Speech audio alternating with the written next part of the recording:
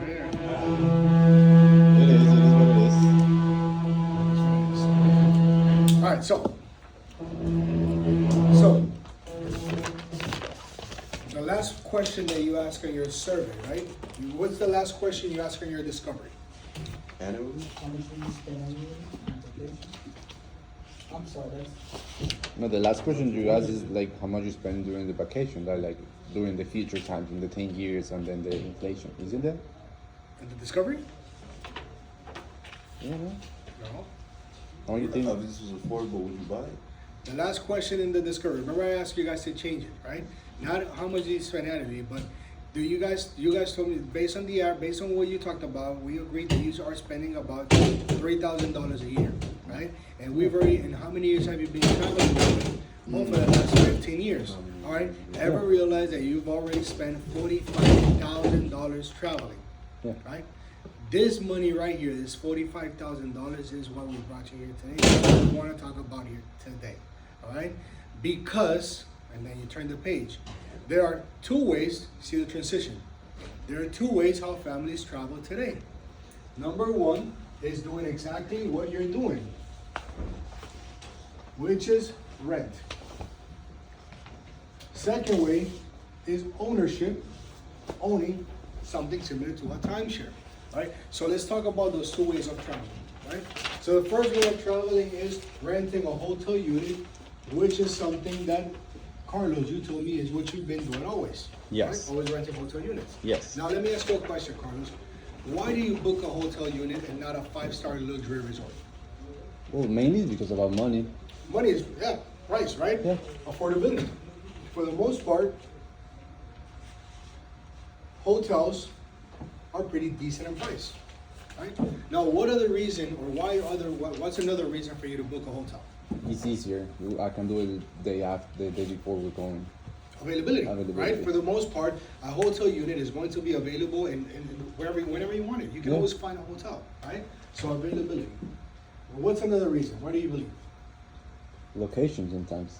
Location, right? Because most times, everywhere I want to go on vacation, I'm going to find a hotel in a great location where I should stay while on vacation, right? So Carlos, you got it right, brother.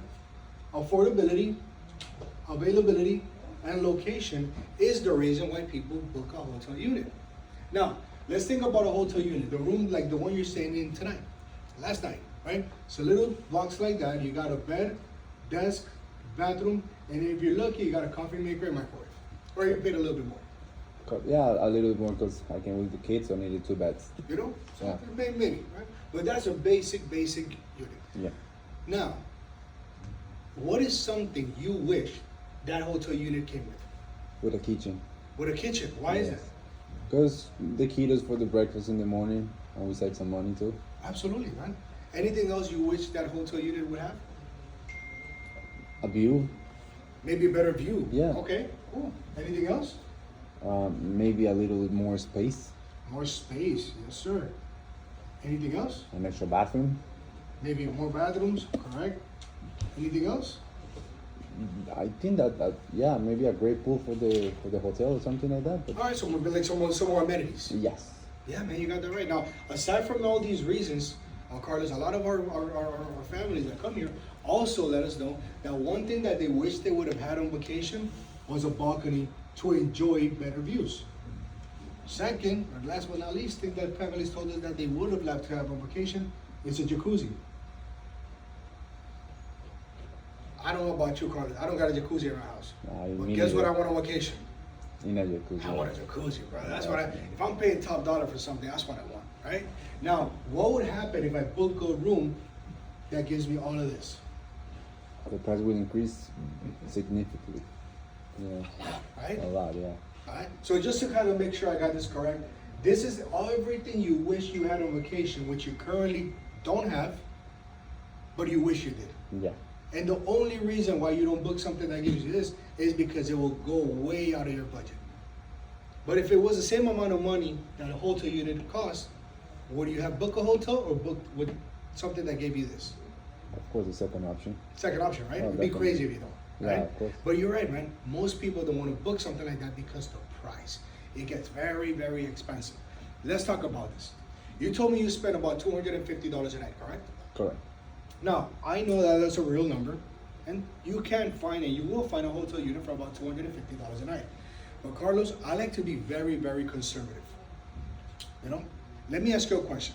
Let's say you're getting ready to book a vacation, and you see this hotel goes for $250 a night. But that hotel next door, the rooms look exactly the same. It's the same property. Only thing that changes is the color of the room. That's it. Other than that, it's the same space, same setup, same bright. I mean, everything's the same. But here's 250, and over there, building right next door is 150. Which one would you book? The one that's 250 a night or 150 a night? The 150, of course. Right? Why not? So even though I know that 250 is a good real price, let's just do these numbers on 150 a night to be very conservative. Right? Okay. Okay. So I always did that. I don't care if they told me I spent $400 a night. I still did the same thing and brought it down to 150 a night. Everything Because is 400, I don't know if they ever paid that. Could be true, could be false. But 150, I know they definitely paid either 150 or way more than 150 per night. So I make that number real, right? So let's say 150. Now, Carlos, if a hotel unit today is $150 a night, how much do you think that hotel unit cost 10 years ago? maybe half. Maybe half, yeah, Yeah. you're right. Let's go with $75. Now, if it was $75 10 years ago, 150 today, how much do you think that room is going to cost 10 years from today?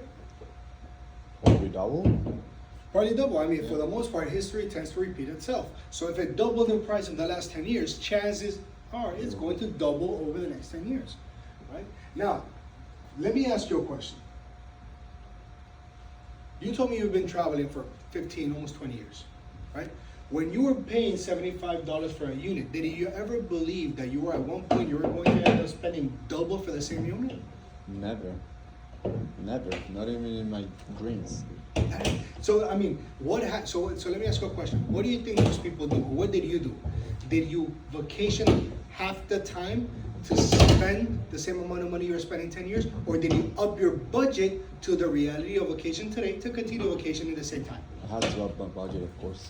And guess what you're gonna have to do 10 years from today? Do the same. And then 10 years after that, Same. and 10 years after that. Again. So as you're not gonna stop vacationing, we're always going to adjust our budget to what's going on in the current time, right? Yeah. I mean, Exactly. we could agree on that, right? Mm-hmm. Now, why does a hotel unit was 75, then it went up to 150 10 years later, and then 10 years later it went up to $300? Why do you believe that happens? Inflation, of course. Inflation. Now, Carlos, can we beat inflation? Nah. Absolutely Impossible. not. We are forced to pay the price for inflation, but we can't beat it. We can't go around it, right? So let's do this very simple.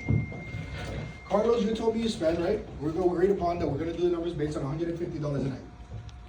Now you told me you take 2 weeks of vacation per year, Yeah. right? So if I multiply 150 times 14 nights, can you do the math for me? I always ask them to do the math for me. This is the only time that I told them to take their phones out. Yes, I know what these numbers are going to be, but once again, if I say it, it's not true. They own it, they do it. If they do it, it's true. Yes, sir. What if we pass them a calculator? What? Or what if we have our own personal calculator and we pass it to them? Like, just for You example, could. I mean, yeah, you can. You know, Rafa does that. You can. Okay. Up to you. 150 times 14. Can you help me out with the math? Great. Thank you, Carlos. 2,100. Beautiful. All right. And now you told me you spent about $3,000. So hey, round about. We're being very conservative. Would you agree with that? Yes. Now, Carlos, you look like a very young guy, young, healthy, and my only goal for you, man, is that you travel until you're like 150 years old. But that's the plan. Right? That's the plan, right? But realistically, do you believe you're going to travel for at least the next 30 to 40 years? Yes. Absolutely. Let's go with Oh, yeah. once again, I'm conservative. So let's go with the 30 years. Yeah. Yeah, perfect. Now, what did I just do there?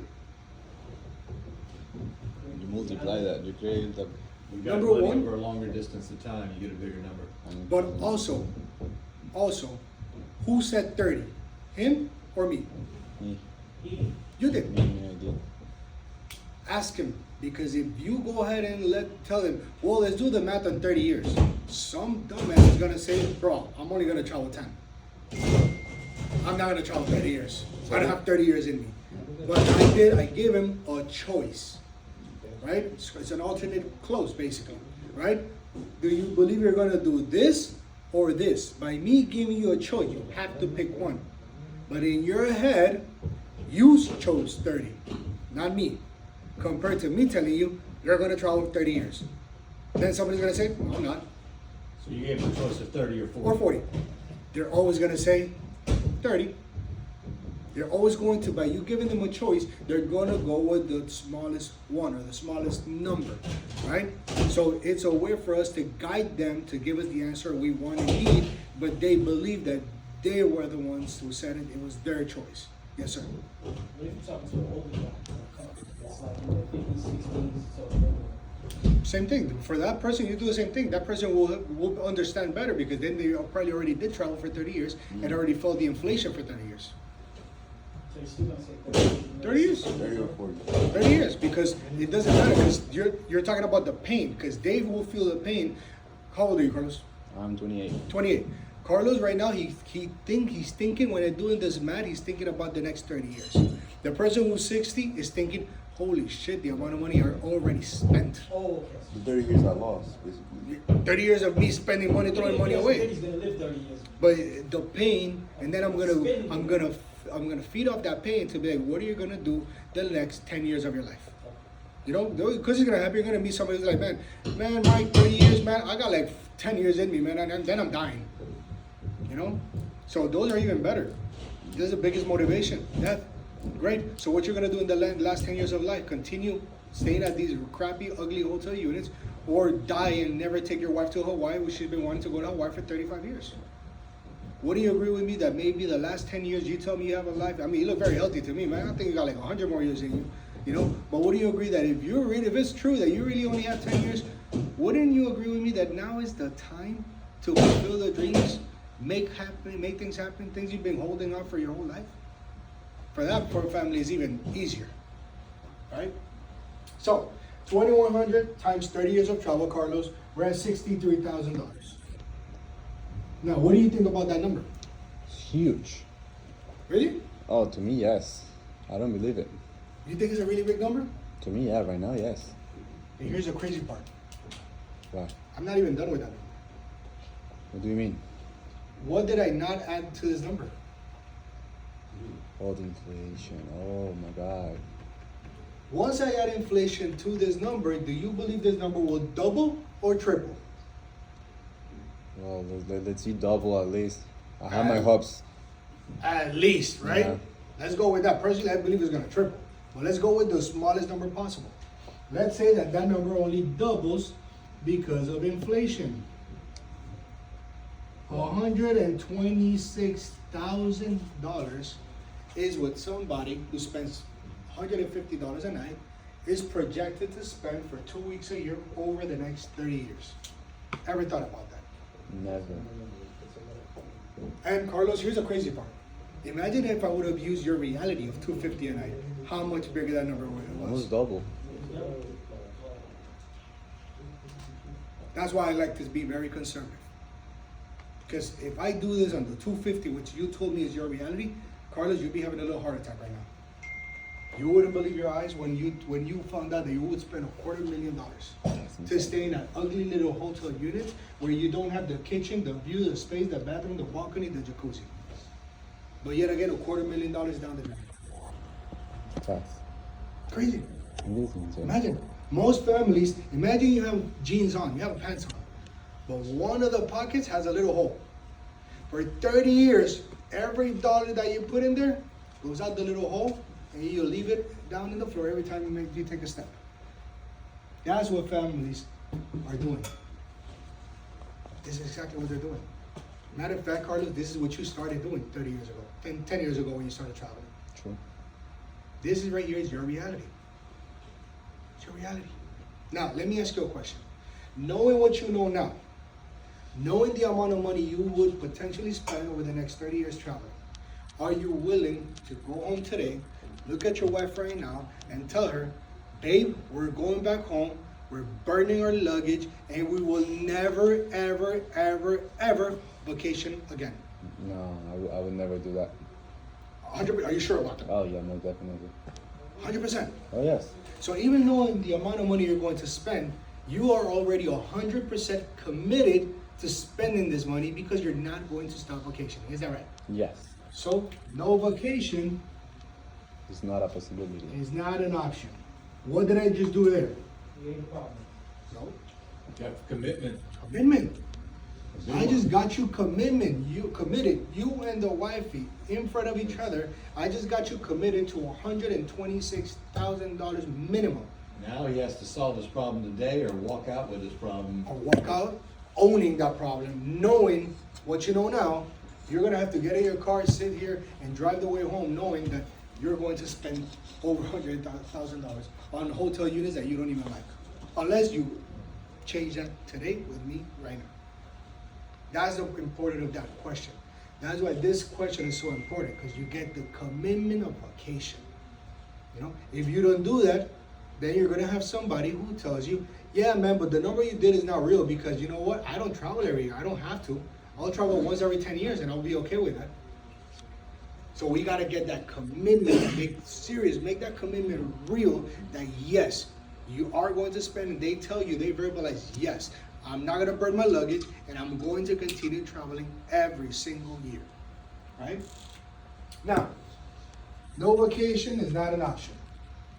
Now, Carlos, let's say that, you know what? 30 years from today, you're at a restaurant and we meet at this restaurant. And then you remember me and I remember you, right? And you come up and you approach me and you say, Mike, I remember you. You actually gave me a presentation about vacation ownership years ago. I didn't buy that. And I said, cool, man, well, how are you? How's this 30 years been going? You tell me, well, you know what? You were absolutely right. I never stopped traveling. I actually traveled every single year for the last 30 years. I actually did spend over $120,000 traveling. And if I were to ask you, Carlos, what do you have to show for the money spent? What would you have to show? Pictures and memories. That's great, but something of financial value. Box of receipts. I know what would I say that. The reason why you don't know, Carlos, is because you would have nothing to show. You have nothing to show. Aside from shot glasses from places you've been, magnets for your fridge, and a box full of receipts that says, thank you, come spend your money again with me next year.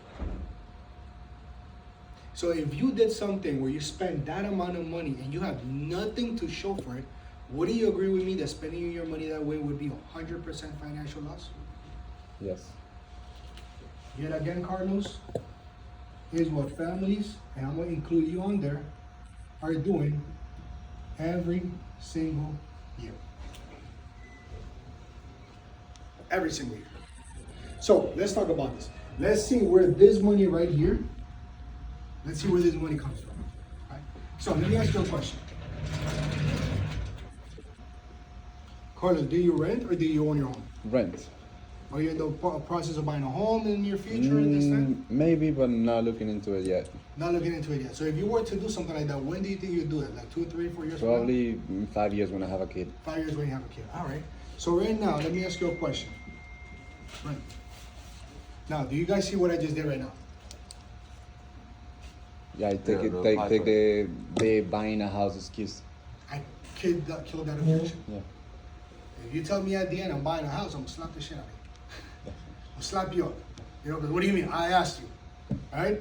I'm getting that so that at the end of my presentation, I don't get, no, this is amazing, but I'm buying a house. All right? Now I just squashed that. I brushed that off. That's one of the doors I closed in the hallway I mentioned yesterday. All right? One. That's one. Now, let me ask you a question. Carlos, have you ever, or would you ever, stop paying your rent, which means you don't pay your rent, to go on a vacation? No, I cannot do that. 100%. Yeah, 100%. All right. Do you have a car? I do. Is it paid off or you paid Yes, paid off. It's paid off. Yeah. All right, so you don't have no car payments. Well, I have Why do you have insurance. car payment? Insurance. You have insurance, right? Yes. Because if you have a car, you have insurance. Have you ever stopped paying insurance to go on vacation? I can't. No. No, right? Have you ever stopped paying any of your bills to go on vacation? Never. Have you ever stopped paying any of your priorities to go on vacation? I can't. It's a priority. Right? Now, with that being said, can you believe, Carlos, that sometimes at the end of my presentation, I have somebody look at me and tell me, I like this, but I'm not buying this because I have rent. I'm not buying this because I have a car. I'm not buying this because I have insurance. I can't buy this because I have bills. I can't buy this because I have priorities. How crazy is that? Because you and me, Carlos, we know, and I know, that today, this is not the money we're talking about. And like you just told me, you never stop paying any of this to go on vacation. And I still did. And today will not be the day that I ask you to do something you have never in your life done before.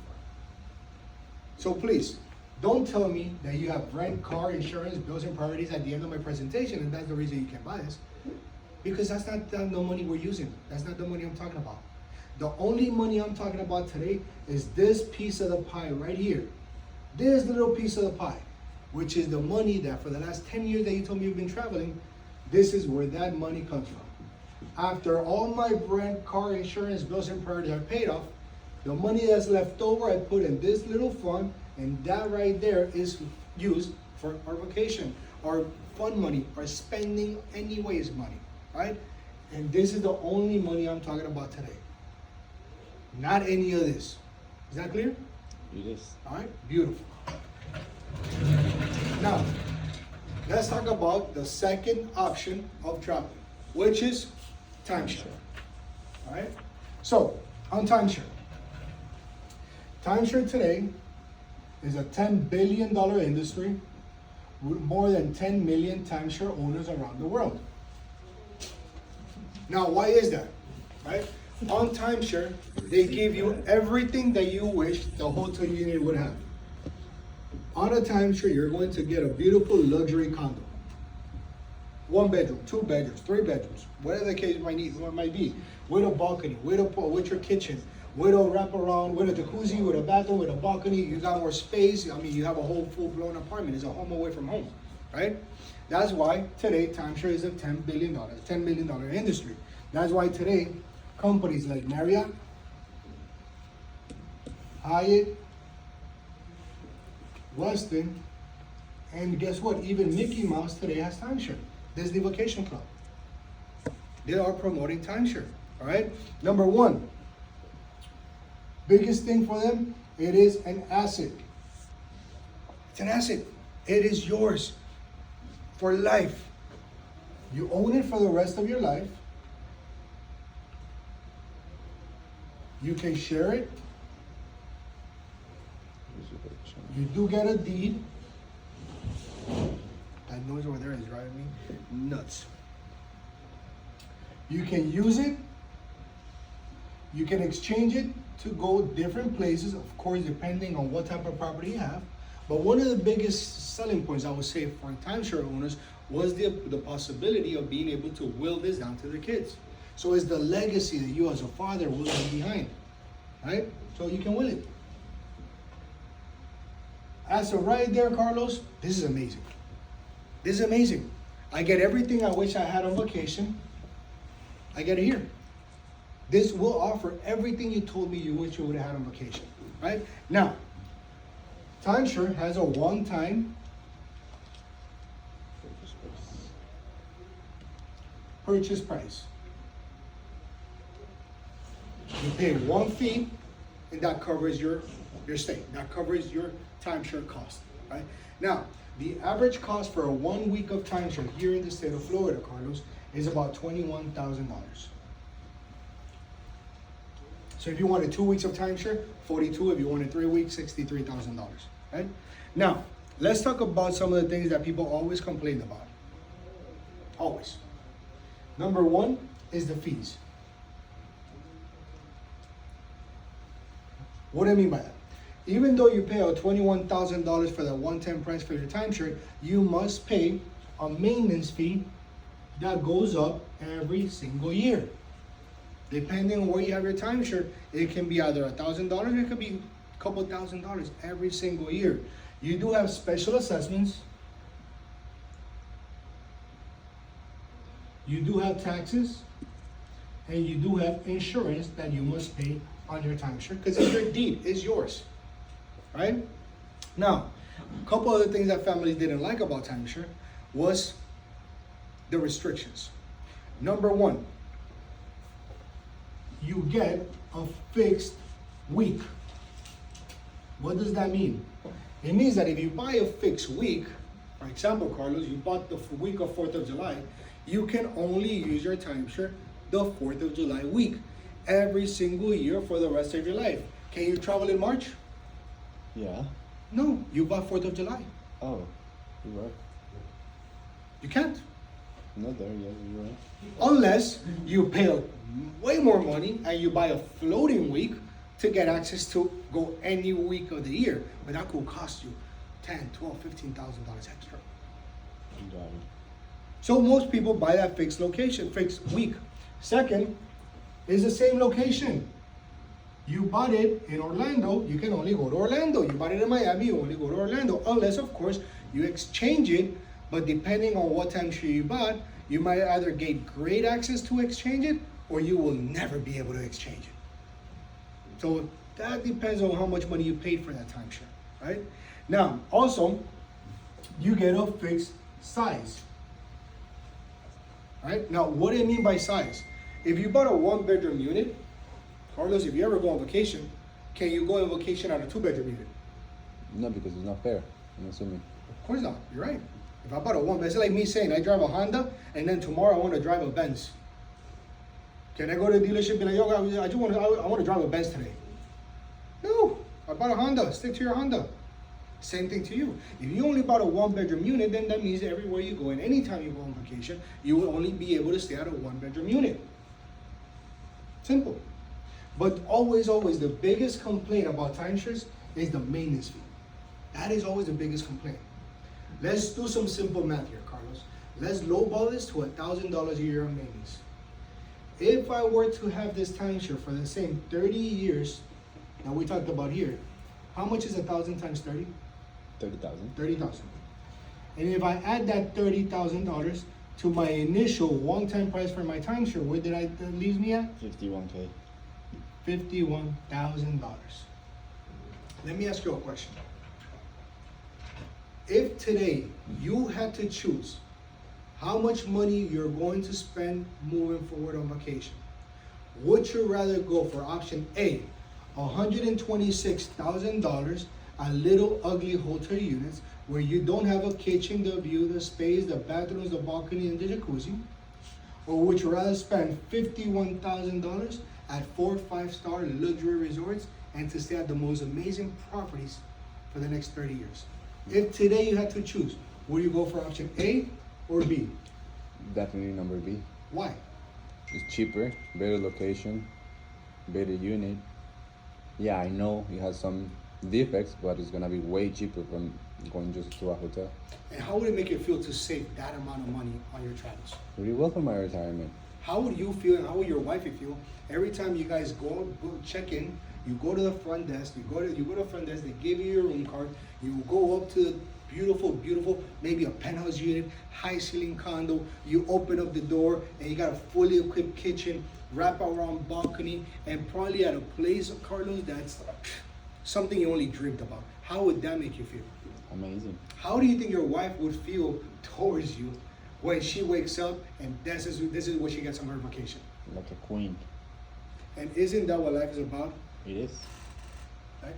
Now that you see why timeshare has over 10 million timeshare owners around the world, Yeah, makes sense. who in their right mind would want to spend more to get less when I can spend less to get more? Understandable. So let me share with you what is it that we did here, Carlos. What we did was we combined the best of both worlds. Let me share with you what we did. What we did was we surveyed timeshare owners. All we wanted to know was what they like about a timeshare and what they hate about it. So once we grabbed all the information, that's how we got to that. This is what people hated, but this is what people loved. So what did we do? We combined the best of both worlds. We combined the reason why people book hotels, which is the affordability, availability, and of course the location, but we remove the ugly little hotel units. From timeshare, we removed all the fixed and all the extra fees, but we kept the comfort and luxury that a timeshare offers. Once we added those two things together, is the reason why we brought you here. To introduce you to what we like to call the evolution of timeshare. And let me present to you who Club Travaglio Powered by Carnival is. Done. Jeez, okay, that's 30 minutes.